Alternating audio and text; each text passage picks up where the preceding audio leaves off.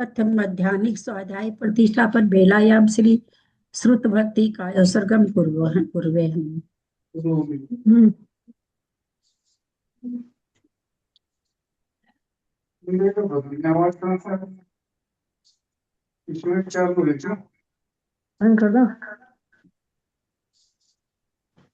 इसमें चालू करना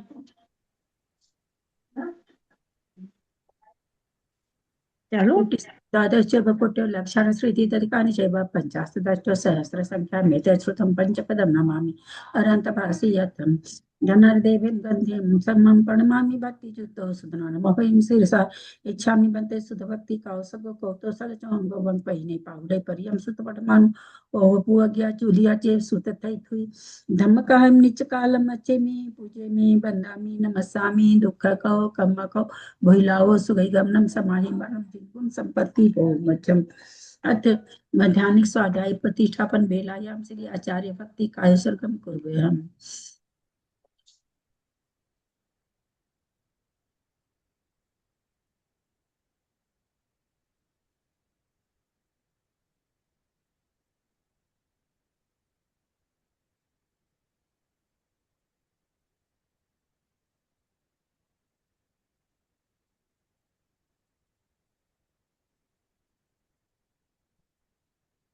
तुर्त जल्दी पारगेभ्य स्वपरमत विभावना पटुमतिभ्य सुचरित पुनीतिभ्यो नम गुरुभ्य गुण गुरुभ्य छत्तीस गुण सम्मगे पंचभ्याचार करण संद्री से सीसानुग्रह कुशले धमारिये सदा वंदे गुरु भक्ति संग में नय तरंती संसार सायरम घोरम छिन्नन्ति अटकमं जमन वर्णम न पावन्ति ये नित्यं व्रत मंत्र होम निरता ध्यानाग्निहोत्राकुला सटकर्मा विरता सपोदंधना साधु क्रिया साधव शील प्रवरणा गुण प्रहनाश चंद्रार्क तेजोधिका मोक्ष द्वार कपाट पाटन वटा प्रीणन्तु मां साधव गुरु पांतु नो नित्यं ज्ञान दर्शन नायकः चारित्राण गंभीरा मोक्ष मार्गोपदेश का इच्छामि बंते हरि भक्ति कौसको कौतुसम सबनान समदस सच्चर जुत्तान पंचव्याचाराणाम आयरियानम आयरादि सुदनानो वदेश्यानम वज्जायनम तीरेन गुणपालन यानु सप्सावनाम नित्यकालम अच्छेमि पूजेमि वंदामि नमस्सामि दुख को कम्म को बोहिलाओ सुगई गमनम समाहि मरम जिनकुन संपत्ति हो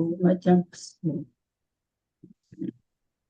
ओकारं बिंदु संयुक्तं नित्यं ध्यायन्ति योगिनः कामदं मोक्षदं चैव ओंकाराय नमो नमः अविरल शब्द घनौघ प्रचालित सकल भूतल कलंका मुनि विरूपासी तीर्था सरस्वती हरतुन दूरितम् अज्ञानतिमिरान्धानां ज्ञानाञ्जन शलाकया चक्षुरुन्मीलितं येन तस्मै श्री गुरुवे नमः श्री परम गुरुवे नमः परम्पराचार्य गुरुभ्यो नमः सकल कलुष विध्वसकम श्रीशां परिवर्धकम धर्म संबंधकम भविजीवमन प्रतिबोधकारकम पुण्य प्रकाश पापणासमिदं शास्त्रम श्री कोमटसार कर्म कांड नामधेयम अस्य मूल ग्रंथ कर्ता श्री सर्वज्ञ देवा सदुत्तर ग्रंथ कर्ता श्री गंधर देव प्रतिगंधर देव तेषां वचम सार्थमासाद्य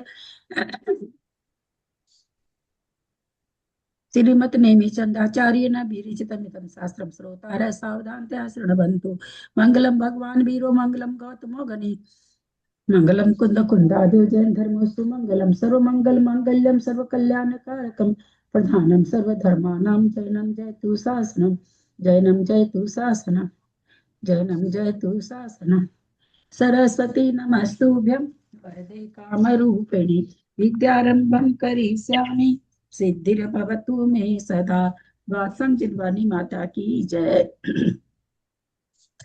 परम मांगलिक ग्रंथ गोमटसार जी कर्म कांड जी की जय। आचार्य भगवान श्री नेमीचंद आचार्य की जय। आरिका गन्नी श्री आदिमती माता जी की जय।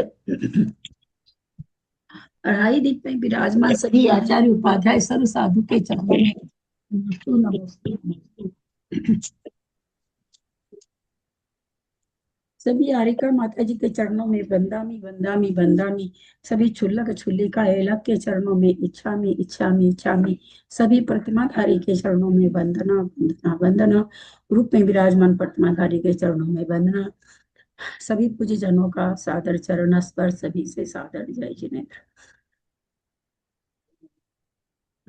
प्रणम्य शिरसा नेमिं पुनरयन विभूषणं महावीरं सम्मतरेण निलयं पैडिसमुखितनं वोच्छं गोमट जिनींद चंदम प्रणमीय गोमट पयत संजुतम गोमट संग विषयम भावगदम चूलियम गोच्छम।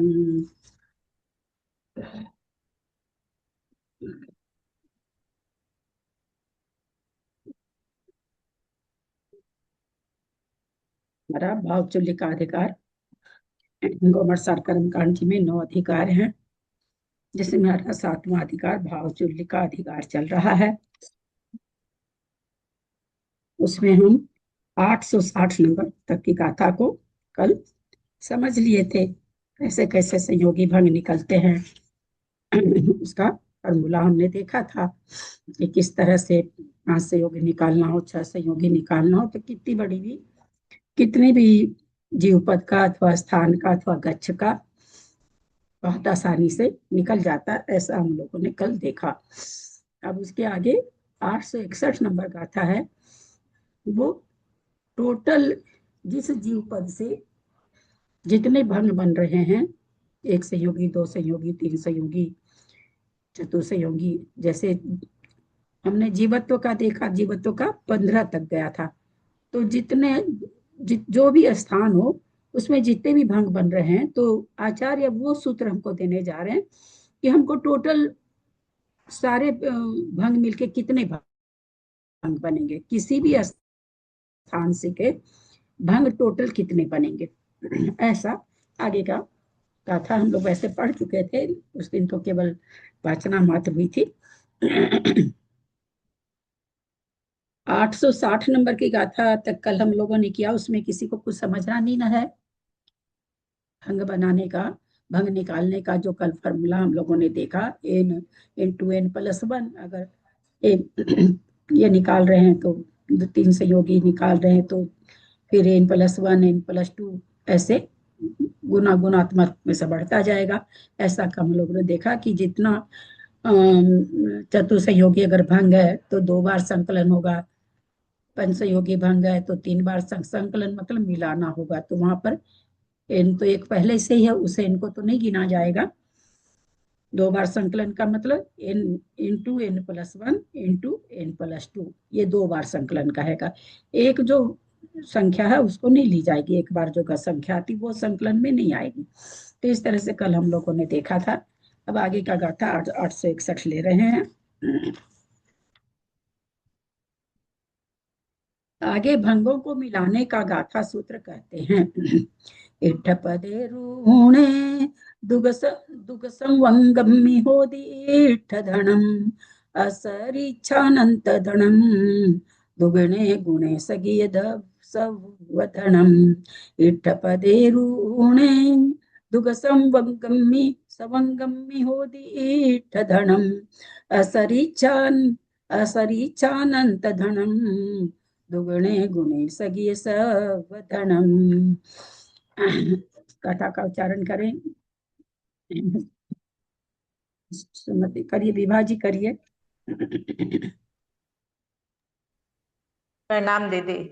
इट्ठ पदे रुणे दुग संवगम्मि होदि इट्ठ धनम असरिथाणम तधनम दुगणे गुणे सगिय सब धनम। क्या करें, इष्ट पदे, जो पद आपको इष्ट है, विवक्षित है। मान लीजिए हमको 15वां पद इच्छित है, 14वां पद इच्छित है, हमको हमको जिस भी पद का पूरे भंग का संख्या निकालनी हो, तो इष्ट पदे माने आपका इच्छित पद, 15वां, 14वां, 13वां जो भी हो, इष्ट पदे, इष्ट पद में, विवक्षित पद में रू ऊणे एक कम करके रू ऊणे एक कम करके, फिर क्या कह रहे, दुग संवगम्मी, एक कम करके जो आएगा, जो शेष बचेगा। जैसे मान लीजिए हम 15वें पद का टोटल भंग चाहते हैं, तो इष्ट पद हमारा हो गया 15, उसमें हम कह रहे हैं आचार्य कि एक कम कर रहे, पहले एक कम कर दिया, 14 रहा। उसके बाद क्या करने कह रहे हैं, दुव संगम्मी, उतने बार, कितनी बार जो एक कम करके संख्या आई उतनी बार दो संगम में 2 2 लिख करके संवर्ग करने से, दो यानी संपर्क मतलब गुणा करने से, दो दो लिख, जैसे 14 आया तो 14 बार दो दो लिख करके गुणा करें। फिर क्या कहे, हो दी होता है, इष्ट धनम इष्ट धन हो जाता है। इष्ट पद का एक कम करके बची हुई संख्या जितनी, मान लिया हम 13वां पद का जान रहे हैं कि 13वें पद में सारे भंग कितने हो गए, तो हमारा इष्ट धन कितना हो गया, 13 हो गया। हम 5वें पद का जानना चाह रहे हैं क्योंकि हमने 15 पद तक अभी पढ़ा है, अभी आगे का नहीं पढ़ा हम लोगों ने, तो हम 13वें पद का जानना चाहते, तो हमारे लिए इष्ट पद 13 हो गया कि भाई 13वें पद जो है 13वां, उसमें टोटल भंग कितने आएंगे। तो यहाँ गाथा वही कह रहे कि इष्ट पद में जितना आपका, जिस पद की भी आप संख्या जानना चाहते हो भंगों की, उस पद में पहले आप एक कम कर दो, जितना आए उसको दो दो लिख के उतनी बार, जैसे मान लीजिए 15वां पद का हम भंग जानना चाह रहे हैं, तो 14 बचा, 14 दो बार दो दो 14 बार लिख लो, आपस में गुणा कर दो, समंगमी मतलब संवर्ग करने से संबंध कर दो, होदी होता है इष्ट धन, इष्ट धन हो जाता है। तो भंगों के परमाणु रूप का इष्ट धन हो जाता है। फिर और क्या कह रहे हैं, असरिच्छा नंत धनम, असरिच्छा यही मतलब प्रत्येक पद का असरिच्छा, प्रत्येक पद का अनंत धनम, यही अनंत नहीं सॉरी नंत धनम अंतिम धन है, अंत धन है। जिस भी पद का हम निकालना चाह रहे हैं तो यही प्रत्येक पद का अंत धन है। दुगुणे गुणे इस दुगुणे, इसे दुगुना करके जो आया धन हमारे, इष्ट धन जो आया हमारा, उसको कहते इसे दुगुना करके, ऊणे दुगने दुगने ऊणे, दुगुना करके उसमें से ऊणे, दुगुण एक गुणे है ना, इसको संधि विच्छेद करेंगे तो दुगुण एक गुणे, दुगुना करके एक गुण एक गुणे एक घटाकर, गुणे माने घटाना, एक माने एक, दुगुना पहले कर दिया जो इष्ट धन आया उसको, और फिर उसमें से एक घटा करके, दुगुना करके एक घटा दिया। अब जो प्रमाण आया तो कहते हैं सगीय सर्वधनम, वही वही जो जोड़ रूप आएगा वो सर्वधन होगा। इष्ट पद का सर्वधन कितना होगा, तो यही होगा। ये गाथा हुई। अब हम थोड़ा सा समझते हैं। सर्वभंगों के जोड़ने का सूत्र होता है जैसा ऊपर दिए हैं, हम जब उसको सूत्र रूप में लिखेंगे तो क्या लिखेंगे, इष्ट पद -1, सबसे पहले -1 किए हैं, इष्ट पदे गुणे, है ना, इष्ट पदे रगुणे। हम इसका जब फॉर्मूला बनाएंगे तो क्या बन जाएगा, इष्ट पद -1 या पद -1। थोड़ा सा म्यूट करेंगे, इनका भी खुला है, खुला तो किसी का नहीं है। आपका आवाज गूंज रहा है। मेरा आप चालू कर रखे हैं क्या, मेरा आवाज गूंज रहा है। तो इसको सूत्र में कैसे लिखेंगे, तो भाषा में बता दिया आचार्य ने। तो इष्ट पद पहले पूर्ण किए हैं, एक पूर्ण किए हैं, तो इष्ट पद, या तो इष्ट पद हम नहीं लिखेंगे फॉर्मूला में, फॉर्मूला में लिखेंगे पद -1। फिर उसके उसके बाद क्या किया उन्होंने, उन्होंने क्या किया कि उसको आधा करने बोला, तो /2 है ना, पद -1/2, ये सर्वभंग हो गए। तो विवक्षित पद की संख्या में से एक घटाकर जितना रहे उतनी बार 2 का अंकर लिखकर परस्पर गुणा करें, विवक्षित पद के सर्वभंगों का प्रमाण आता है। जैसे 15वां पद जीवत्व का भंग है, 15 -1 14, 14 जगह हम 2 2 2 2 2 2 लिखेंगे, तो 14 जगह हम 2 2 2 2 लिखेंगे। तो थोड़ा सा याद हो तो, क्योंकि हम लोग 14 धारा वगैरह कर चुके हैं, 16,384 आएगा। 15 में से एक माइनस किए, 14 14 बार ऊपर गाथा में कहते हैं कि 2 2 लिख करके गुणा करें, हमने गुणा करके 16,384 आया। और फिर उसके बाद ये क्या कह रहे हैं कि जो इष्ट धन आया उसको दुगुना करिए, तो 16,384 को हमने दुगुना किया। फिर उसमें से ये क्या कह रहे हैं, दुगुना करके एक घटाइए, तो दुगुना करें 16,384 को और -1 किए तो 32,768 में से एक गया गया तो 32,767 बचा। तो अब ये क्या कहना कहना इतना तो आ गया। ये क्या है, जब ध्यान दिया गया तो ये क्या है, पन्नठी का आधा है। पन्नठी का आधा -1, क्योंकि ये अब जितनी चीज आगे बताने जाएंगे पन्नठी में बताने जाएंगे। पन्नठी याद है क्या? पन्नठी की संख्या याद है क्या? 3 बार गणित पढ़ा चुके हैं। 65 कुछ थी, हाँ 65 से शुरू हुई थी। 65,536 65,536 65,536। तो ये क्या कह रहे हैं कि जो 32,767, अब चूंकि अब ये पन्नठी से ले जाना चाह रहे हैं। यहाँ पन्नठी लाने का कारण कि अब ये पन्नठी से आगे बताना चाह रहे हैं। तो ये कह रहे हैं जो 32,767 है वास्तव में भी कितना है, तो कहते पन्नठी बटे 2 -1, पन्नठी बटे 2 -1। तो इसको जब सॉल्व किया जाएगा तो 32,767 आएगा। तो इस प्रकार प्रथम पद से लेकर के 15वें पद तक के सब भंगों का रूप कितना, सर्वधन कितना होगा, 32,767। यानी एक एक संयोगी भंग, 2 संयोगी भंग, 3 संयोगी भंग, 4, 5, 6, 7, 8, 9 जाएगा। 15 संयोगी का तो एक ही भंग बनेगा। तो ये सारे भंग का, आवाज आ रही है क्या? आ रही है एकदम अच्छे आवाज से। नहीं आ जी रही है? दीदी आ रही है, अच्छे से आ रही है, अभी कट नहीं रही है, अच्छे से आ बस रही मैं इसमें हमको दिखाता है। गड़बड़। तो ये कह रहे जीवत्व पद जो 15वां पद है उसके टोटल भंग कहां से कहां तक, 1 संयोगी, 2 संयोगी, 3 संयोगी, 4 संयोगी, 5 संयोगी, 6 संयोगी, 7 संयोगी, 8 संयोगी, 9 संयोगी, 10 संयोगी, 11 संयोगी, 12 संयोगी, 13 संयोगी, 14 संयोगी और 15 संयोगी।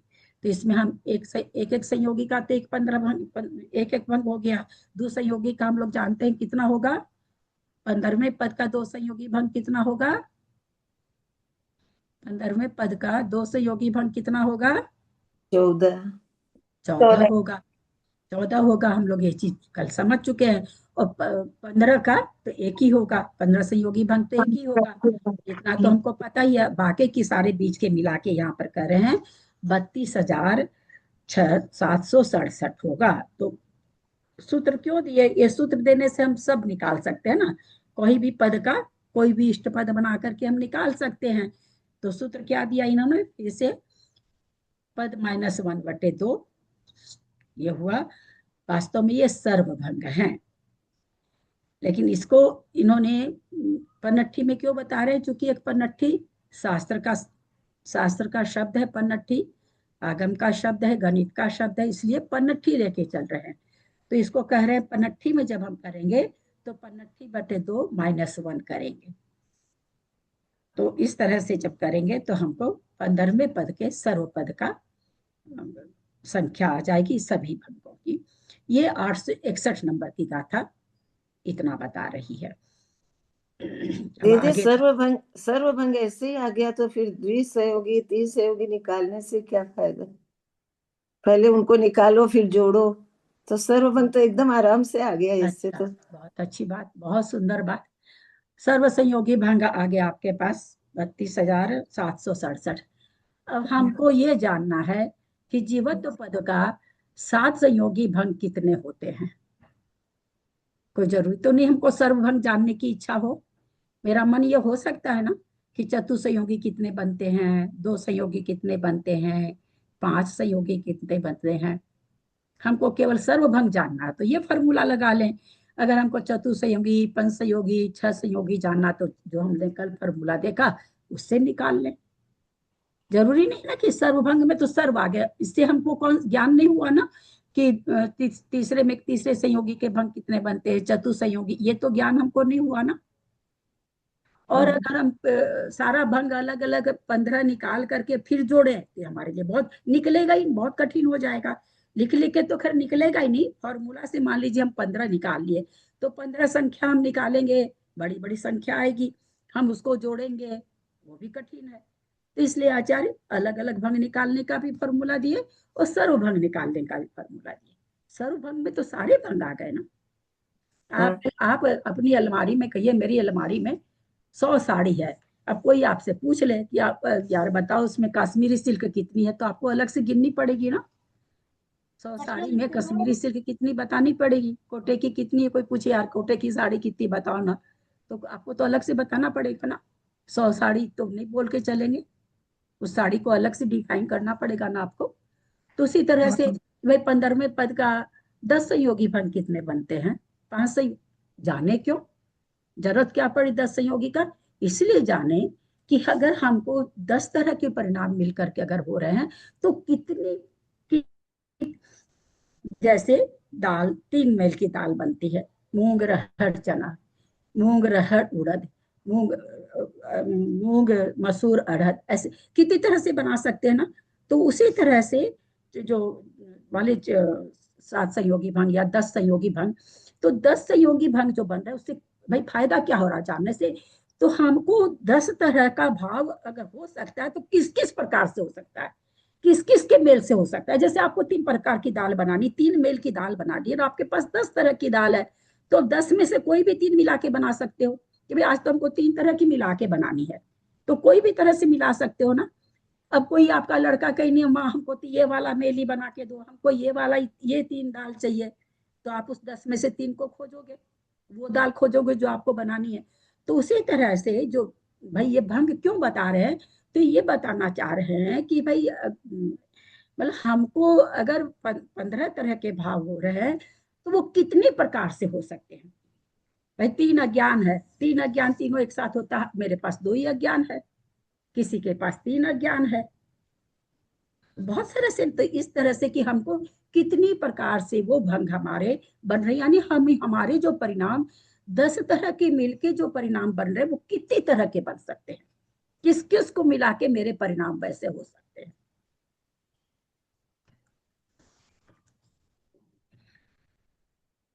मैंने सोचा कि ये द्विसहयोगी त्रिसहयोगी ना सर्व सहयोगी के सर्व निकालने के लिए बना रहे हैं। ना ना ना, मैं अलग है सब। भाई अगर किसी जैसे एक बात सुनिए, एक फॉर्मूला होता है minus b whole square is equal to a square plus 2ab plus b square. ठीक, हमको रटा हुआ, आप हमको दिए 2a 2b दिए, कहे इसका होल स्क्वायर करके आप हमको बता दिए, हमको फार्मूला याद है, मैंने फट से बना के बता दिया भाई a square 4a square plus 4ab plus 4b square, याद है फॉर्मूला ने तुरंत बता दिया।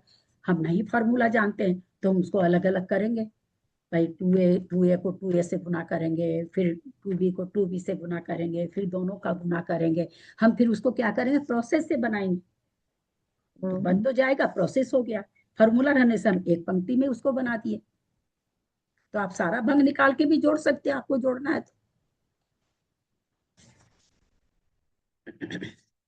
तो इन्होंने एक एक भंग निकालने, एक एक संयोगी भंग भी निकालने का फॉर्मूला दे दिया। और अगर हमको जिस इष्ट पद का कि भाई इस पद में 10वां हो 15वां हो 14वां हो, इसमें टोटल कितने भंग बनते होंगे ये हमारी जिज्ञासा होती है। तो फिर हम इस सूत्र से पद -1/2 बराबर सर्वभंग होता है।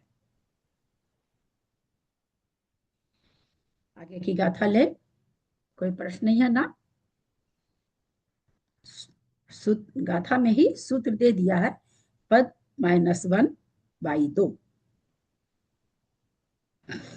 अच्छा जी, इससे ना किसी भी पद का निकाल सकते हैं, इसका मतलब दीदी जैसे यहाँ पे सर्व पद हाँ जैसे किसी भी पद का निकाल, जैसे आपने भी 15 हाँ, बताया। इष्ट पद, इसीलिए इष्ट पद गाथा में आ गया ना, कि जिस पद के इष्ट मतलब मेरी इच्छा, मेरी जैसे इच्छा हाँ है मैंने 10वें पद की निकालूंगी, है ना। तो जिस भी पद का निकालना हो, इष्ट पद का संख्या लिख दो, उसमें -1 करो, उसको 2 से भाग दे दो।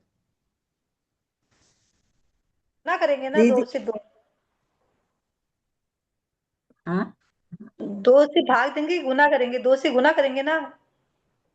वो तो जो इष्ट पद में, वो तो उसके बाद की संख्या है ना। विवक्षित पद में एक कम करने से जो शेष रहे, जैसे 10वां पद एक कम किए 9 आया, तो उतनी बार 2 लिखें। फिर उसको क्या कह रहे हैं, उतनी बार 2 2 लिख के आपस में गुणा करें। फिर विवक्षित पद के भंग का प्रमाण इष्टधन होता है। ये विवक्षित पद के पद का प्रमाण हो जाएगा। सॉरी, हम बोलने में गलती कर दीदी दी। एक मिनट। दो 2 पर पावर पद -1 होगा। हाँ हाँ, इसी का 2 पे पावर होगा। हाँ, 2 पर पावर पद बटे 2 बोलती जा रही मैं, पावर है ना, हाँ। गुणा करना। 2 पर पावर पद, जैसे 15वें पद का जान रहे तो 1 माइनस कर दिया, उसमें से 14 आया, 2 पर 14 का पावर, तो 2 गुना 2 गुना 2 गुना 2 ऐसे करेंगे, तो वो जो संख्या आएगी वो 15वें पद की सारे। अब इसको, ये सही है कि नहीं, तो इसको हम सबसे छोटा ये ले लेते हैं। चलिए तीसरे का ले लीजिए, तीसरे पद का निकालिए। तीसरे पद का हमारे पता है हमको, यहाँ निकला हुआ है ना।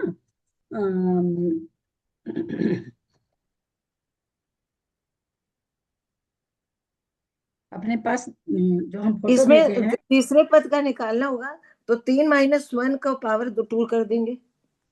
3 - 1 2 आया, 2 पर पावर 2, उतने ही तो हो 4। जाएंगे हाँ 4। सर। तो अब देखिए तो आपका ये है ना, क्या कहते हैं, तीसरा पद का आप निकाल के देखिए कितने टोटल भंग होते हैं, बहुत आसान है। हाँ, तीसरा पद का तो हाँ, तीसरा पद का निकालिए। विभंग के 4 ही आए। 4 ही आएंगे। अच्छा दीदी यहाँ एक तो पे त्रिसंयोगी आएगा, बोले एक चाची जी। एक का आएगा, 2 2 संयोगी आएगा, हाँ है ना, हाँ, 4 आएंगे ना। आ गया ना, ठीक है। जैसे अगर, हाँ जैसे कि 10 का निकालना है या 11 का कुछ भी निकालना है, तो उसमें 2 का पावर कितना करेंगे? 2 के पावर 10 करेंगे क्या उस पे फिर? 10वां का निकाल रहे तो पहले उसमें एक घटाना है, 9 हाँ आ 9 हो गया, गया। 9 बार 2 2 का गुणा करना है।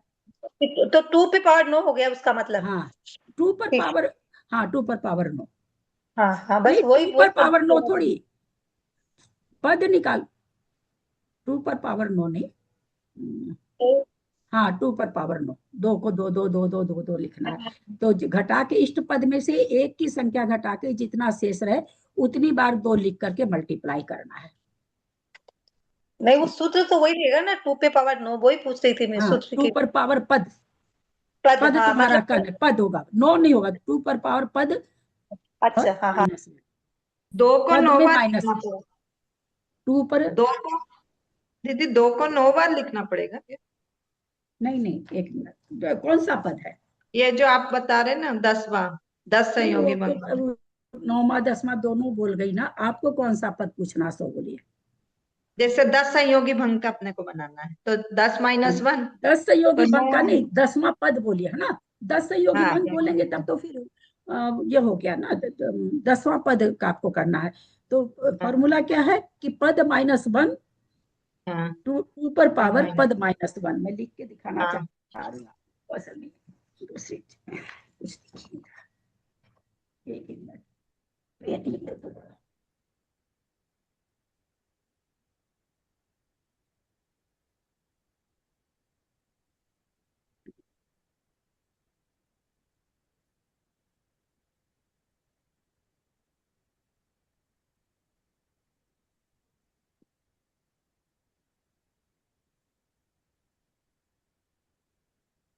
जैसे मान लीजिए हम 10वां पद का जानना चाह रहे हैं सरवन, है ना, हाँ ऊपर पावर 10 -1 ऐसे लिखना होगा। दिख रहा है क्या कुछ, लाल पेन से है? हाँ 10 मान ठीक है। हाँ हाँ 2 नहीं दिखा? 10 मान दिख रहा है दीदी। 2 के पावर, जैसे 2 पर पावर 2 लिखते हैं ना, तो 2 पर हाँ पावर वहां पर आप 10वां पद का निकाल रही हैं, तो 2 पर हाँ पावर 10 और उसके उसके बराबर में -1 लिखना, पावर के बराबर में -1 लिखना है, हाँ 2 के ठीक। बराबर में नहीं लिखना है। जो हम्म, पावर ऊपर दिए हैं उसके उसमें -1 करना है। ठीक है। ये फॉर्मूला हो गया। हाँ, तो तो फिर 2 को 9 बार लिखेंगे अपन। हाँ जैसे हाँ, 2 को 9 बार लिखेंगे, 9 बार गुना करेंगे तो उससे हाँ 10वें पद के जितने भंग बन रहे हैं उसकी संख्या आ जाएगी। जैसे अभी हम लोगों ने देखा तीसरे पद का करके। हाँ। हाँ ये भी 500 बार आ गया। 512 हाँ? बार गुणा किया, क्या बोल रहे हैं सुमन जी? 2 को 9 बार गुणा किया, 2 2 2 2 तो 500 हाँ बार आ हाँ, गया। तो ये 10वें पद का सारे भंग आ गए। एक एक वाला भी आ गया, 10 भाव वाला एक भंग आ गया, और बाकी 2 संयोगी, 3 से 2 संयोगी वाला 9 हो जाएगा, और उसके बाद चतुसंयोगी 5 6 7 8 संयोगी तक का, 9 संयोगी तक का सारा भंग आ जाएगा, सारा मिला करके आ गया। दीदी पहले अपन ने जो 3 का निकाला ना तीसरे पद का, उसमें भी ऐसे ही करना पड़ेगा। 3 के हाँ ऊपर हाँ, नहीं, 2 के 3 ऊपर 3 - 1 लिखना पड़ेगा। 2 के ऊपर 3 - 1, तो 2 हाँ पर पावर 2 आ गया, 3 में से 1 चला गया तो 2 बचा, तो 2 पर पावर 2 यानी 4। तो यानी तीसरे पद के सारे भंग मिलके कितने होंगे? तो 4 होंगे। ठीक। ठीक है, समझ में आया? फिर चाची जी नीचे वाला लाइन लिखा हुआ ना, उस इस धन को दुना करके उसमें हाँ एक हाँ, घटाने से वो बताए ना, वो आगे क्या कह रहे हैं, चीज वही है, वो आगे पन्नठी में बता रहे हैं आप कि ये चीज जो निकल के हमारे 15वें पद की खास करके है ना, यहाँ और किसी पद का नहीं है ये चीज।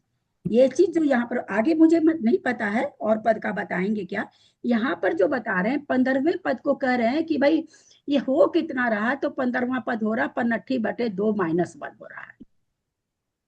क्योंकि ये जो संख्या है ये तो ऐसे ही संख्या, पन्नठी आगम की संख्या, पन्नठी एक आगम गणित का एक, मतलब क्या कहेंगे, बहुत बहुमूल्य शब्द है ना। जो भी थोड़ा आगम जानता पन्नठी सब जानता है, पन्नठी एक ऐसा शब्द है।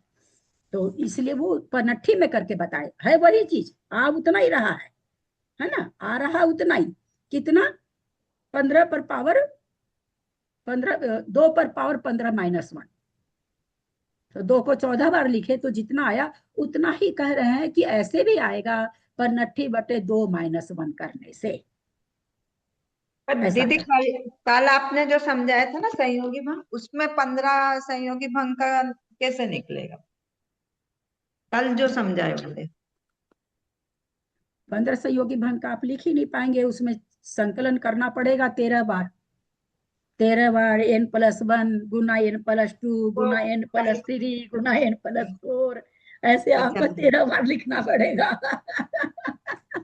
इसलिए मैंने फोटो भेजी, वो अष्ट संयोगी भंग तक भेजी है। हाँ, फिर 9वां भी निकल गया मेरे से, पर 10वां भी नहीं उसमें भी निकला। देखिए फॉर्मूला नहीं लिखा गया, फॉर्मूला नहीं लिखा हुआ, तब भी उसमें अष्ट संयोगी भंग में 8 बार गुना करना पड़ा है। तो जब 9 संयोगी भंग करेंगे तो फॉर्मूला अगर लिखेंगे तो लिखते ही रह जाएंगे, संख्या ही लिखने में जान निकल जाती है ना। तो एकदम सेम है, लेकिन उतना अपने लोग करने में अपने को तरक्की दीदी होगी। 15 संयोगी भंग तो एक ही होएगा ना? हाँ तो वो सारी संख्या कट जाएगी, ऊपर से नीचे, नीचे की ऊपर से, हाँ, और एक ही बचेगी।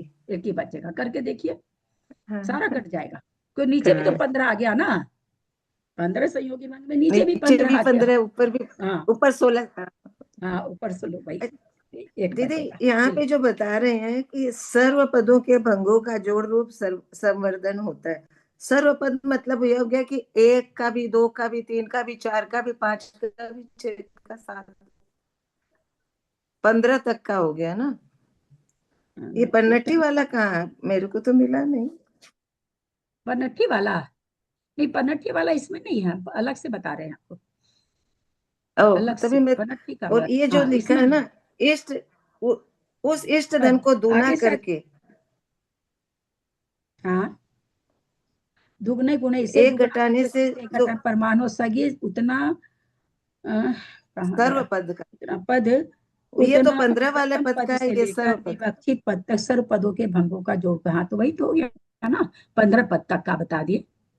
वो 15 15वें पद, पूरे, 1 2 3 4 हाँ। जितने पूरे भंग हुए सारे। अब और आगे की भी 15 का देखते हैं, खाली यही हुआ है, 15 का आगे ये और हुआ क्या। हुआ है। हाँ, अब आगे अभी तो अपने क्या हुआ, जीवत्व तक का निकाले। जीवत्व के ऊपर क्या है, जीवत्व के ऊपर क्या लिख के भेजा गया है? तो मेरे सामने तो कुछ भी नहीं है, अब मोबाइल भी नहीं। भव्य है। हाँ, भव्य पिंड भव्य। प्रकृतियां लिखी गई है ना। अब पिंड प्रकृति पिंड आ रही। प्रकृति तो हाँ, अब पिंड। जो भव्य जीव है उसको कितनी तरह के परिणाम बनेंगे, जो अभव्य जीव है उसको कितनी तरह के बनेंगे। अब ये भंगों की संख्या निकलेगी। तो यहाँ पर आप लोग को बताए थे जो ऊर्ध्व में है वो तो क्या है, अपन देखते कि ऊपर ऊपर बढ़ते जा रहा है ना, इसलिए उसको ऊर्ध्व लिखा है। और जो पैरेलल में है ये एक बराबर हो गए, जितने भव्यत्व के होंगे उतने अभव्यत्व के होंगे, इसलिए तिरछे लिखे गए, है ना। तो अब अपन देखते हैं आगे क्या चीज बता रहे हैं आगे की गाथा में। मुझे देखी नहीं हूं मैं, चलती हूँ, चलू ना आगे, आगे चलू बाबूजी, चलू आगे। 862 नंबर गाथा ले रहे हैं। अब प्रत्येक व पिंड पदों की पद संख्या, प्रत्येक व पिंड पद, प्रत्येक पद वो है जिसकी कई भाव एक साथ हो सकते हैं, वो प्रत्येक पद है। ढाई पौने 3 तक होती थी, पौने तो शुरू हो जाएगा 3 तक होगी। सुमन आंटी थोड़ा सा प्लीज म्यूट रहिए आप। सुमन जी थोड़ा सा म्यूट कर दीजिए। और पिंड पद किसका है, जिसका एक ही, जैसे छह लेस्या है तो उसमें से एक बार एक ही होगी, है ना। चार कसाय है तो उसमें से एक ही होगी। तो इस तरह के छह लब्धि में से एक लब्धि होगी कि छह लब्धि होगी? एक ही तो होगी। अच्छा, ऐसा है क्या? अभी हमको नहीं, जाना लब्धि तो सब नहीं, हो सकती लब्धियां पांच पूरी होती है, लब्धियां लब्धियां। पांच पांच सारी हाँ, लब्धियां होगी। लब्धि सारी लब्धि दाना सारी अंतराय, होती है। हमको पांचों अंतराय कर्म का उदय है ना, अंतराय कर्म के छह छह होने से तो लब्धियां उत्पन्न होती है ना, लब्धियां प्राप्त होती है ना। तो उसको कहा गया प्रत्येक पद, लेशिया है, कसाई, इनको कहा गया पिंड पद। तो अब आगे में ये क्या कह रहे हैं, अब प्रत्येक व पिंड पदों की पद संख्या तथा प्रत्येक पद भंग व पिंड पिंड पद भंगों को सर मिला के सर्वपद संख्या बताते हैं। देखें क्या कह रहे हैं अपने लोग, देखें तिरछा में सबसे पहले भव्य आया, फिर उसके बाद क्या आया है, चार गति आई है ना। फिर छह वो क्या कहते हैं, छह लेशिया है, तीन वेद है, और फिर कषाय है, इस तरह से है।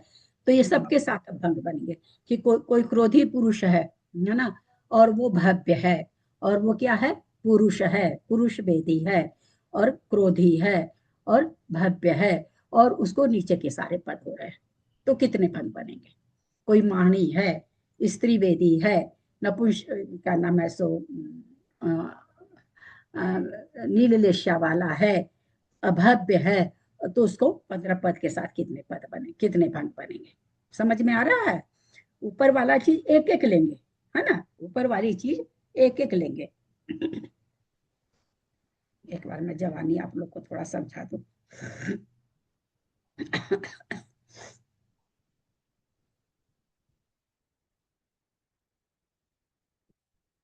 जैसे हमने लिख के भेजा भव्य भव्य, तो भव्य से चले कोई भव्य जीव है तो ये 15 भाव के साथ उसको कितने भाव होंगे।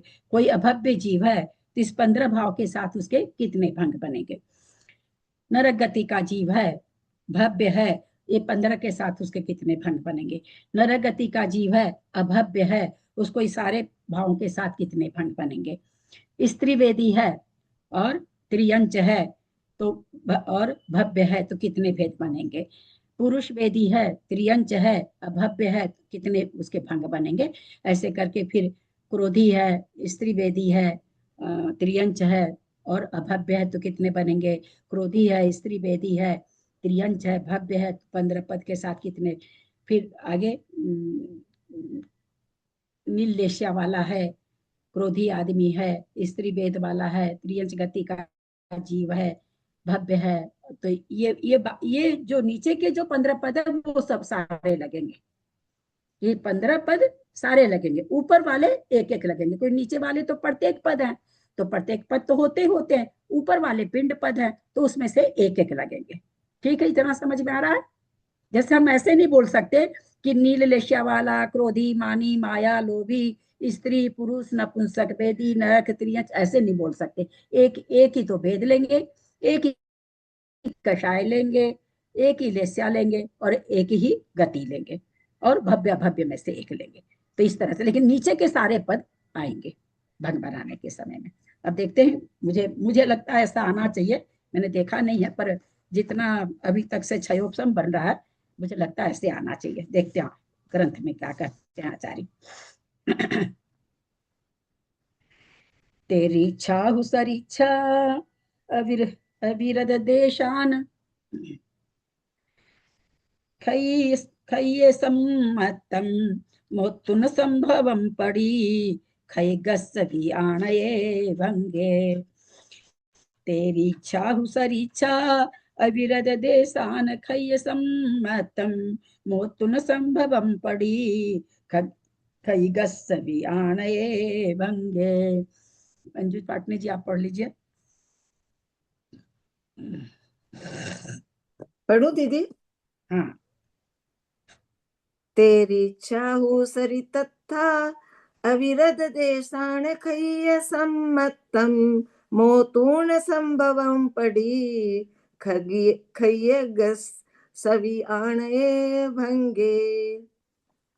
क्या आगे कह रहे हैं? तेरी इच्छा हो सरीच्छा, जो पिंड रूप जो भाव है कहते हैं उसको तिरिच्छा तिर्यक बराबर रचना करके, जिसको हमने क्या किया, भव्य अभव्य के बगल में अभव्य लिखा है, तो सरीच्छा मान एक समान लिख करके। ऐसा नहीं कि भव्य उसके ऊपर अभव्य, है ना। ये क्या कह रहे हैं? तेरी इच्छा हो सरीच्छा, तिर्यक में बराबर करके लिखना है।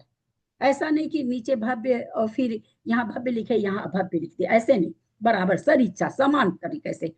चारों गति लिख रहे हैं समान तरीके से, छलेस्या लिख रहे हैं समान तरीके से, ऐसा कह रहे हैं। तेरी इच्छा हो सरीच्छा अविरद देशान, अविरद माने असंयत, देशान माने देश संयत, खय्य सम्मतम मोतुन, खय्य सम्मितम, खय्य सम्मितम का अर्थ बताएंगे बाबूजी? छायक सम्यक। हाँ, छायक सम्यक, बहुत अच्छा। छायक सम्यक। मोतुन का अर्थ, हाँ हाँ बाबूजी, मोतुन का अर्थ बताओगी अनीता? मोतुनम नहीं, कौन बताएंगे मोतुनम का? छोड़कर छोड़कर छोड़कर छोड़कर। हाँ, छोड़कर, ऊण ऊण है ना, ऊण है मोतुनम, छोड़कर। हाँ, ऊण मतलब घटाना होता है, घटाना मतलब छोड़ना होता है ना। तो उससे हम निकालेंगे। हम कोई प्राकृत भाषा पढ़े थोड़ी है यार, हम तो जो आप लोग को पढ़ा रहे हैं तो खुद पढ़ पढ़ के अंदाज से लगा रहे हैं। तो खय्य सम्मुक्तम मोत्तुनम, छायिक सम्यक्त को छोड़ करके, किसमें? अविरद और देश संयम में। वहां हो सकता है छायिक सम्यक्त, तो आचार्य कह रहे हैं उसको अभी किनारे रहने दो, उसको छोड़ करके संभवम पड़ी अन्य संभव भावों में। भाई छायिक सम्यक्त का भाव आचार्य कह रहे हैं छोड़ दो, और जितने भाव हो सकते हैं, उपसम सम्यक्त हो सकता है ना, प्रथमोपसम हो सकता है, छायोपसमिक सम्यक्त हो सकता है। तो आचार्य यहाँ कह रहे हैं कि असंयत गुण स्थान में, देश संयत गुण स्थान में, पहले तो कह दिए कि प्रकृति को आप पिंड पदों को सामान्य रूप से लगाइए, और फिर कह रहे हैं छायिक सम्यक्त को छोड़ करके दो गुण स्थानों में जो संभव भाव हो सकते हैं। भाई छायिक का तो हटा दिए, छायिक भाव तो कोई होगा नहीं, छायिक 5 लगती, छायिक सम्यक्त, ये सब नहीं होगा ना। छायिक भाव कोई छायिक सम्यक्त थोड़ी ना है, छायिक भाव तो 9 तरह के हैं। तो कहते हैं अन्य संभव संभव पड़ी, संभव भाव में यथा संभव भाग आणे भंगे माने खगीय सभी छायिक, खगीय सभी मतलब छायिक सम्यक्त में भी लगा हुआ तो भी लग गया। आणे भंगे, आणे भंगे माने यथा संभव भंग लगाना चाहिए। आणीय भांगे, आणीय क्या हुआ? आणीय माना यथा संभव, जितना हो सकता आणीय है। भंगे, हाँ यथा संभव। हाँ, और फिर और बीच में क्या दे दिए? खगीय सभी, और छायिक सम्यक्त में भी लगाना चाहिए, क्योंकि इनमें अलग से लग जाएगा, छायिक सम्यक्त का अलग से। तो ये कह रहे हैं कि ऐसा नहीं कि छायिक में नहीं लगाना, उसमें भी लगाना है, पर इसको कहते हैं अलग से। ऐसा यहाँ पर शुरू से ही मतलब चेतना दे दिए कि भाई उसको अलग से लगाना है। तो इस गाथा में तो केवल इतना ही है, आगे आचार्य बताएंगे कैसे। हमको लगता है 864-65 गाथा में आचार्य बताने जा रहे हैं, इसमें तो केवल इतना अर्थ ही आएगा। आगे की गाथा लेते हैं 863-64-65 में आगे भंग बताएंगे, बता रहे हैं शायद। ऊर्ध्वतिरीच पदाणम दव समासेन होदि सौवधनं सवपदानं भंगे मिच्छादि गुणेषु नियमेन उड्डतिरीच पदानं उड्डतिरिच्च पदानं दव्व समासेन होदि दब्ब समासेन होति संवदनं सवपदानं भंगे मिच्छादिगुणेषु नियमेन। ओह, नीचे से कर रहे हैं अर्थ सव पदानम भंगे, सर्व पदों के भंग जानने के लिए। किसमें? तो मिच्छादि गुणेशु, मिथ्यात आदि गुण स्थानों में। कहते हैं आपको सर्व पद का भंग अगर जानना है मिथ्यात्व आदि गुण स्थान में, तो क्या कह रहे हैं? ऊढ़ तिरीच पदानम, ऊर्ध्व रचना वाले कौन से पद हैं? ऊर्ध्व रचना वाले कौन से पद हैं? प्रत्येक पद। ये वाली ना। प्रत्येक पद। तो क्या कह रहे हैं? ऊर्ध्व रचना, इसमें नहीं लिखा है, अपने को क्षयोपम रहे इसलिए मैंने इसको पूछा। ऊर्ध्व रचना वाले प्रत्येक पद और तिरीच पदानम, तिर्यक पद वाले कौन से? पिंड पद। द्रव्य नरगति पिंड पद। तिरंत तो ऊर्ध्व पद वाले प्रत्येक पद, तिर्यक रचना वाले पिंड पद के क्या कह रहे हैं? दव्व, पिंड पद के जो भंग हो रहे हैं, दव्व समासे न, उनके धन को, इनके धन को, प्रत्येक पद के और पिंड पद के धन को समासीन, समास कहते हैं मिलाना, है ना। समास किसको कहते हैं? संधि तो कहते हैं तोड़ना, समास कहते हैं मिलाना। जैसे जीव समास अपने लोग कहते हैं जीव समास। जीव समास क्या क्या होता है? जितनी भी प्रकार के जीव होते हैं उनको संग्रह किया जाता है, समास में संग्रह किया जाता है। तो कहते हैं उनको मिलाने पर होदि संवधनम, उस गुण स्थान में, क्योंकि हम मिथ्यात्व से लेके सारे गुण स्थान की बात आ गई, तो उस गुण स्थान में क्या नाम है? सर्व पद का भंग रूप, मतलब सर्वधन नियम, होदि नियम है ना, तो नियम से सर्व पद के भंग होते, सर्व भंगों के सर्वधन होता है। सर्व पदों का भंग रूप सर्वधन नियम से होता है। तो अभी तो केवल ये नियम वैसे बता रहे हैं कि होता है, अब बता रहे हैं गाथा में, 865 नंबर गाथा में। आगे तो थोड़ा सा कठिन आ रहा है। खाली गाथा का अर्थ कर देते खाली आज। हाँ, इसका विस्तार थोड़ा नया चीज निकल के आएगा, क्योंकि क्रियक रचना और उर्दू रचना को मिला करके भंग बनाना है। कथा का उच्चारण कर देते हैं और अर्थ कर देते हैं।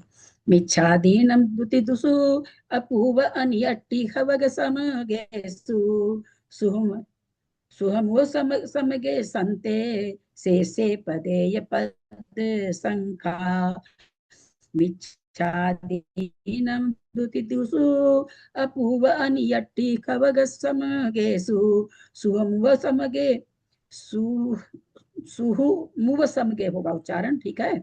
सुहु मुव समगे सत्ते से पते पद संखा पन्नर 16 से विसुदु विसुगुदु विसम विसुगु विसम च विसमुगु विसम इति 20 20 14 13 पन्नगम जहा कम सो पन्नर 16 से विसुगु विसम च विसमुगु विसम इति 20 20 14 13 पन्नगम जहा कम सो। करें दो लोग उच्चारण, तो कल नहीं किए हैं, आज नहीं किए हैं जो। सादा चरण स्पर्श। मिच्छादिन दुति दुसु अपु अन्येति खवग खसम गेसु सुअमु सम्मग्गे संते से पति पद संखा। ध्यान देंगे, थोड़ा सा बढ़िया से समझ पाए इसलिए हम अनिवार्य करके बता रहे हैं। अर्थ पत्तेय पद संख्या, प्रत्येक पदों की संख्या, पत्तेय पद संख्या, प्रत्येक पदों की संख्या, जहा कम सो, यथा क्रम से, क्योंकि गुणस्थान की बात आ गई ना, तो कहते हैं क्रम से लगाना है। कौन से? मतलब प्रत्येक पद के संख्या का क्रम से आप समझ लीजिए। फिर उसके बाद क्या करें? मिच्छादीनम दुति, मिथ्यात्व आदि 2 गुण स्थानों में, मिथ्यात्व और साधन 2 गुण स्थानों में संख्या कहाँ लिखी है? तीसरी पंक्ति में। पन्नर 15 है। मिथ्यार्थ और सासाधन गुण स्थानों में इसकी संख्या, प्रत्येक पद की संख्या 15 है। हम सब समझेंगे सारा, आज खाली उच्चारण कर रहे हैं, अर्थ बता रहे हैं कैसे है एकदम समझेंगे। फिर क्या कह रहे हैं, 15 है। और फिर क्या कह रहे हैं, मिच्छादीनम दू, ती माने तीन, यानी मिश्र, असंयत और देश संयत। 3 में कितने हैं, तो कह रहे हैं 16 हैं। प्रत्येक पद की भंग संख्या बता रहे हैं। फिर अपने लोग सारा निकालेंगे, एक एक गुणस्थान में बहुत अच्छे से निकालेंगे। फिर आगे क्या करें, दूसु माने कौन सा आएगा अब दूसु में, छठा और सातवां। छठा और सातवां, यानी प्रमत अप्रमत में नीचे क्या है, 18। बहुत अच्छा, 18। फिर क्या करें, अपूर्व अनियट्टी खव समगेसु, अपूर्व अनट्टी खवग समगेसु, माने अपूर्वकरण अनिवृत्तिकरण में 2 तरह का होता है, खवग भी होता है और उपसमगेसु उपसम भी होता है। ये दोनों गुण स्थान छाई छपक के भी होते हैं और उपसम श्रेणी वाले के भी होते हैं। तो दोनों को मिला के यहाँ लिख दिया कि अपूर्वकरण अनिवृत्तिकरण में खवग माने तो हो गया छपक श्रेणी, उपसमगेसु मतलब हो गया उपसम श्रेणी। उसको कितना होगा, 20। एक को 20 होगा क्योंकि 2 अलग अलग है, 20 और 19। इगुवीसम, और छपक में क्या हो जाएगा, 19 हो जाएगा। सॉरी हाँ, छपक में एक कम होगा और उपसम वाले के दोनों गुणस्थान में 20 होगा। 20 उगुवीसम, 20 माने 20, उगुवीसम माने 19। फिर आगे सुहुम उमगे उम समगे, सूक्ष्म संप्राय में छपक वाले के और उपसम वाले के भी होता है 10वां गुणस्थान। उसको कितना कह रहे हैं, 20 है ना, 21 नहीं 20 है ना, 20 और 19 ही है इसमें भी। इगुवीसम तो आगे भी, सबसे पहले 20 है ना, पहले 20 है। 20 और उपशांत कषाय वाले 20 होगा, सूक्ष्म संप्राय उपशमक में छपक के 19 और अनिवृत्तिकरण उपशमक छपक में नहीं, एक मिनट ही दोनों का शायद कह रहे हैं क्योंकि यहाँ नहीं बैठ रहा है, 1 मिनट। 20 उगुवीसम मतलब उपक अपूर्वकरण उपसपक छपक में 20 होगा और अनिवृत्तिकरण उपसमक समक के 19 होगा। दोनों को एक ही संख्या घट रही है। उपसमक के छपक के गुण स्थान में अलग अलग है, अपूर्वकरण में 20 है, अनिवृत्तिकरण में 19 है। उसी तरह से सूक्ष्म संप्राय में भी दोनों के 20 हैं और 20 कहाँ गया, सूक्ष्म संप्राय में भी 20 और 19 11वें गुण स्थान में 20 माने 21 होना चाहिए ना। अरे वो आगे और गुण स्थान है ना मेरी बहना, उबसमगे और उपसमक के गुण स्थान, उपशांत कसाई गुण स्थान में उगुवीसम 19 होगा। फिर आगे क्या कह रहे हैं, सन उपसमगेशु, और फिर इसके बाद 1 मिनट ऊपर है ना दीदी, सूक्ष्म संप्राय में भी तो दोनों होगा, सूक्ष्म संप्राय में भी तो 20 और 19 दोनों होगा ना। सूक्ष्म संप्राय में छपक और उपसमक के 20 और 21, 11वें गुण स्थान में खाली उपसमक है 21 है, उपशांत कषाय में 19 उगुवीसम 19 है। नहीं, ये जैसे सूक्ष्म संप्राय में 20 और 19 दो होना चाहिए ना। नहीं, दोनों का एक ही भाव बता रहे हैं ना, वहां उपशांत हो गई ना, वहां नहीं, सूक्ष्म संप्राय में तो छायिक और उपसम दोनों ही होगा ना। दोनों का एक ही जैसा बता रहे हैं, संख्या एक ही है। मैं फिर से बता, क्यों अनिवृत्ति में और मैं 2 बताए ना, 20 और 19। नहीं 19, वो वही तो हम उस समय कहे ना, जब आगे संख्या हम देखे ना तो मेरे पकड़ में आया एक ही संख्या है। अपूर्वकरण में छपक और उपसमक के 20 है, अनिवृत्तिकरण में उपसमक और छपक के 19 है, सूक्ष्म संप्राय में उपसमक और छपक के 20 हैं, उपशांत कषाय में 19 है।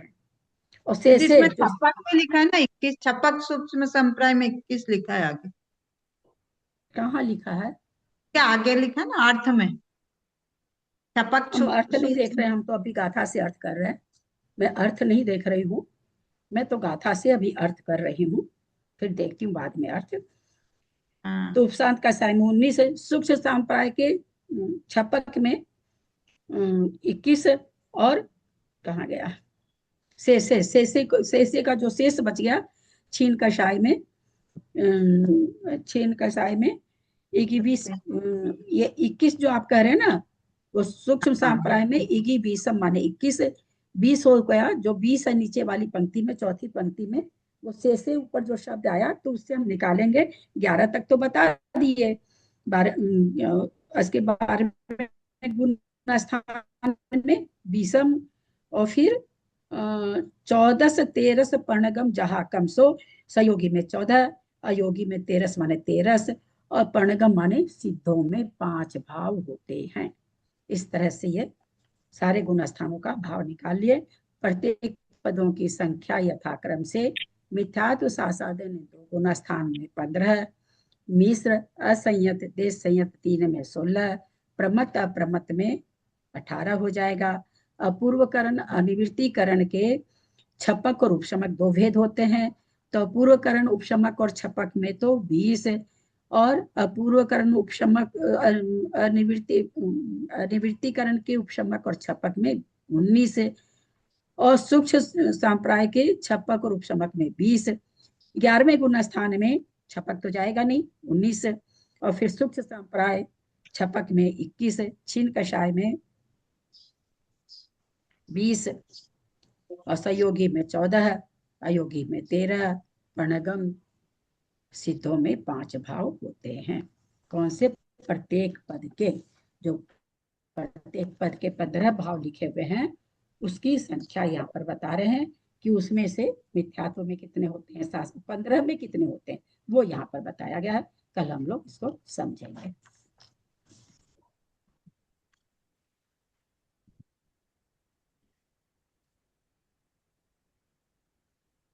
यदक्षर मात्रा पदवाक्यहीनं मया प्रमादादि किंचनोक्तम् तन्मे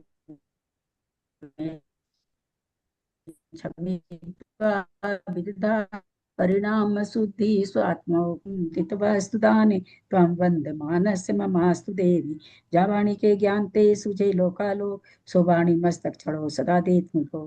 हे जिनवानी भारती तो ही जपू दिन रैन जो तेरा शरण आ गए सो पावे सुख चैन। देव भजु अरहंत को गुरु से हो निर्ग्रंथ दया धर्म पालू सदा ही मोक्ष का पन। द्वादशंग जिनवानी माता की जय। 9 बार नमोकार।